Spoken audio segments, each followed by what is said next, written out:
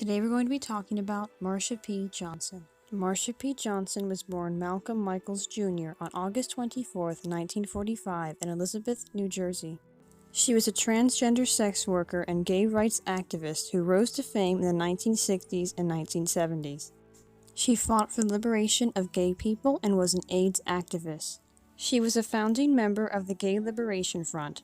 She also co-founded the radical activist group Street Transvestite Action Revolutionaries with her close friend Sylvia Rivera. Marsha P. Johnson was a popular figure among New York City's gay and art scenes. She even modeled for Andy Warhol, the leading figure in the pop art movement. She also performed on stage with a drag performance troupe, Hot Peaches. She named herself Marsha P. Johnson, getting Johnson from the restaurant Howard Johnson's on 42nd Street, and she stated that the P in Marsha P. Johnson stood for Pay It No Mind. She often used the phrase sarcastically when being questioned about gender. She stated that she used the phrase once to a judge who was amused by it, which eventually led to her release. Marsha's style of drag was not high drag or show drag because she was unable to afford purchasing clothing from expensive stores. Instead, she wore what became her iconic crown of flowers, which she would receive after sleeping under tables used for sorting flowers in the Flower District of Manhattan. According to the New York Historical Society, Marsha's life drastically changed when she found herself near the Stonewall Inn in the early hours of June 28, 1969. That night, police officers raided the gay bar. As the officers began to arrest people for violating various discriminatory laws, the patrons of the Stonewall fought back. There are many conflicting stories about the uprising's start, but one thing is clear: Marsha was on the front lines fighting back. One account stated that Marsha started the uprising by throwing a shot glass at a mirror. In another, she climbed a lamppost and dropped a heavy purse onto a police car, shattering the windshield. It's important to remember in the 1950s and 60s, LGBTQ+ rights were strictly limited. Something as simple as dancing with a person of the same sex, as well as cross-dressing, were considered illegal. Their rage was not just targeted at the police, it was targeted at the oppression and fear they felt every single day. Not long after, Marsha was attending rallies, sit-ins, and meetings of the newly formed Gay Liberation Front.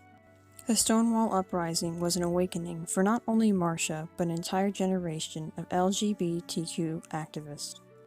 She was excited about getting into this line of work, but felt frustrated at how white gay men and lesbians dominated the conversation.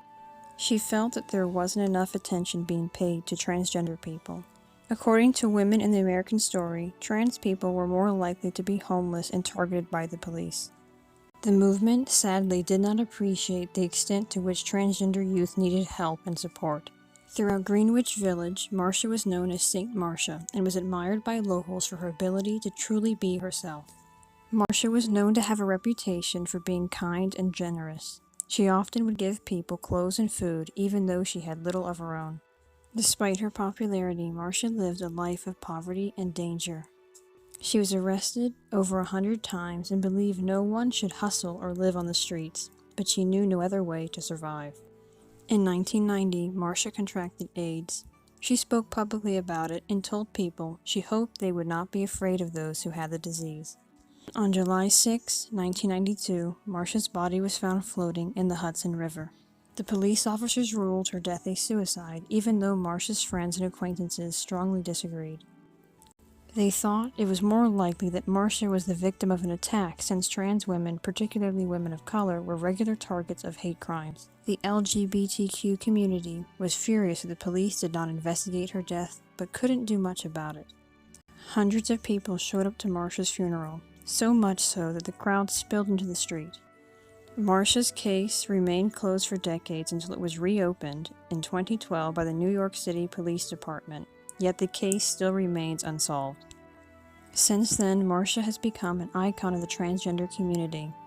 In New York City in 2019, it was announced that a statue of Marsha and Sylvia would be the first monument to honor trans women in NYC.